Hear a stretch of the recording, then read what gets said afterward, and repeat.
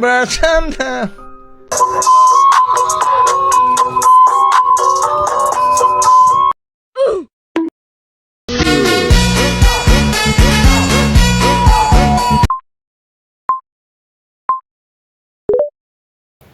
Bismillahirrahmanirrahim. Assalamualaikum warahmatullahi wabarakatuh. Perkenalkan, nama saya Uda Pranata Penatapwa dari Universitas Nusa Cendekia Mandiri, Fakultas Ekonomi dan Bisnis, Program Studi Manajemen, dengan nomor NIM 84121240009. Dan di sini saya akan menjelaskan tentang ekonomi, faktor ekonomi jangka pendek. Kalian menyaksikan FIS.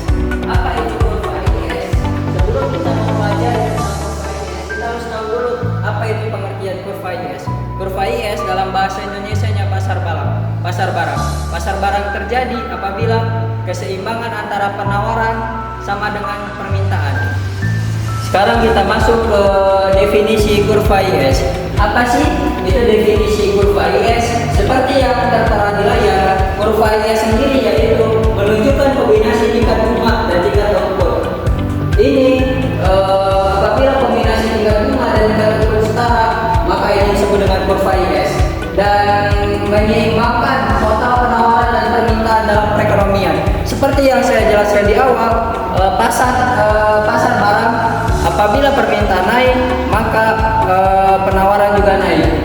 Dan penurunan kurva IS yaitu peningkatan tingkat bunga mengurangi investasi dan output. Nah, apabila IS itu turun, penurunan kurva IS terjadi apabila bunga yang mengurangi investasi dan output itu sendiri. Oleh karena itu, kurva IS memiliki kemiringan negatif. Nah, di sini kita akan mempelajari faktor apa aja sih yang menyebabkan pergeseran kurva IS tersebut. Seperti yang di sini yang di layar. Nomor 1, perubahan pengeluaran otonom. Peningkatan investasi atau pengeluaran dari pemerintahan itu menyebabkan IS menggeser ke kanan. Kenapa? Apabila di pemerintahan kita angka investasi itu mengalami peningkatan atau mengalami pengeluaran yang sangat meningkat, itu menggeser IS ke kanan. Dan sebaliknya, apabila investasi di pemerintahan kita itu rendah atau turun, mengalami penurunan, maka IS-nya menggeser ke kiri. Dan yang kedua, perubahan pajak. Penurunan pajak di pemerintahan Indonesia itu dapat meningkatkan pendapatan yang dapat dibelanjakan. Jadi apabila pajak di negara Indonesia itu turun, maka pendapatan kita pasti banyak yang dapat dibelanjakan. Maka kurva itu sendiri menggeser ke kanan. Dan yang ketiga, perubahan ekspor bersih. Peningkatan ekspor bersih atau penurunan impor. Jadi apabila kita mengalami peningkatan ekspor ataupun mengalami penurunan impor di Indonesia, ini juga dapat menyebabkan menggesernya kurva IS ke kanan. Nah, selanjutnya kita belajar tentang pengantar kurva FM atau representasi keseimbangan pasar uang. Keseimbangan pasar uang meliputi 3, yaitu konsep kurva FM. Konsep kurva FM sendiri apabila kurva FM menunjukkan kombinasi tingkat bunga dan output. Apabila kombinasi tingkat bunga dan output itu tinggi, ini menyeimbangkan permintaan dan penawaran uang. Dan yang kedua yaitu permintaan uang dipengaruhi oleh tingkat pendapatan dan tingkat bunga.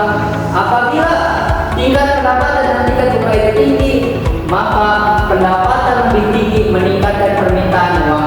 Semakin banyak pendapatan itu, permintaan uang di Indonesia itu maka semakin tinggi. Dan yang ketiga, penawaran uang ditentukan sendiri oleh bank sentral atau sistem perbankan lainnya yang ada di Indonesia. Biasanya dianggap eksogen dalam model besar. Nah, penawaran uang ini biasanya ditentukan oleh bank sentral di negara Indonesia atau di kita disebutkan dengan Bank Indonesia. Dan ini merupakan contoh kurva FM yang naik ke menggeser ke sebelah kanan.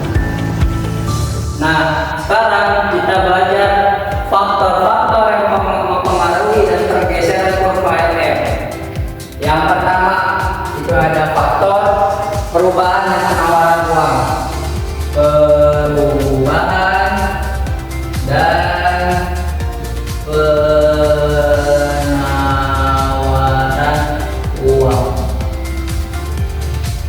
Seperti di penjelasan, peningkatan penawaran uang oleh bank sentral, ini kurva ini bisa menggeser LM ke kanan bawah. Contoh satu kurva seperti ini. Misalnya ini nilainya -1, -2, -3, -4, -5. Di sini 1, di sini nilainya positif ya, 3, 4, 5. Nah, seperti yang dijelaskan di awal, apabila peningkatan penawaran uang oleh bank sentral itu naik, maka kurva LM menggeser ke kanan bawah. Menggesernya seperti ini. Nah, ini contoh yang pertama. Yang kedua, perubahan tingkat harga. Kenaikan tingkat harga mengurangi penawaran uang real. Ini menggeser kurva LM ke kiri ke atas. Sama seperti ini untuk kurvanya, tapi kalau ini menggesernya kanan bawah. Nah, yang kedua ini kurva ini menggeser ke kiri atas. Dan yang ketiga, faktor apa sih? Faktor perubahan preferensi likuiditas. Peningkatan keinginan masyarakat untuk memegang uang atau memegang cash dalam bahasa Indonesianya, ini menggeser kurva LM ke kiri. Sama, nggak beda jauh ya sama yang nomor 1. Kalau yang nomor 1 kanan bawah, kalau yang kedua faktor ini kiri, tapi kirinya ke atas. Tapi kalau yang perubahan preferensi likuiditas, ini menggesernya ke kiri. Entah itu ke kiri atas, entah itu ke kiri bawah, tergantung masalah dari perubahan preferensi ini. Masuk ke mode ISLM. ISLM itu apa? Penentuan keseimbangan makroekonomi. Nah, bedanya dengan IS tadi ada 3 titik di sini. Yang pertama, titik keseimbangan. Perpotongan kurva IS dan LM ini menunjukkan tingkat bunga dan output yang menyeimbangkan pasar. Apabila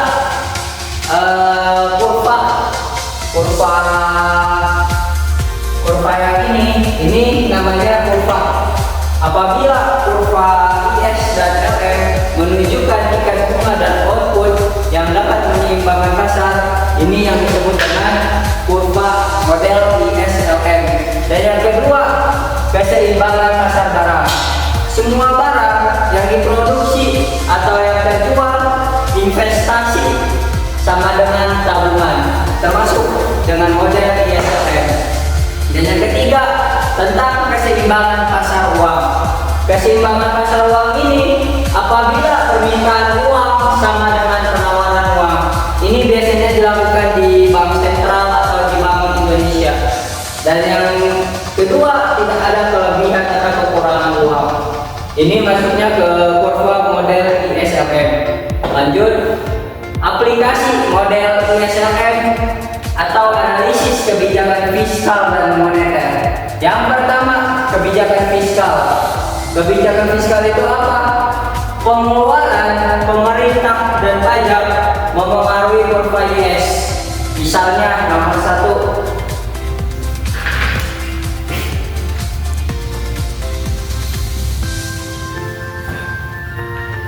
apabila pengeluaran pemerintah naik menjadi 10% dan pajak naik menjadi 20% dari harga normal misalnya, ini mempengaruhi kurva ISLM.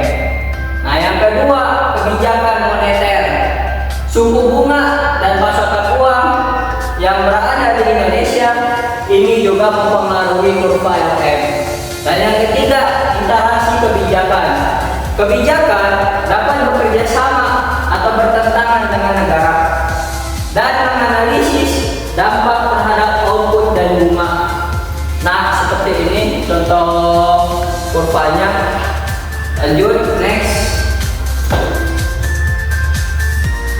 Yang terakhir, kesimpulannya, implikasi kebijakan dan batasan model ISLM.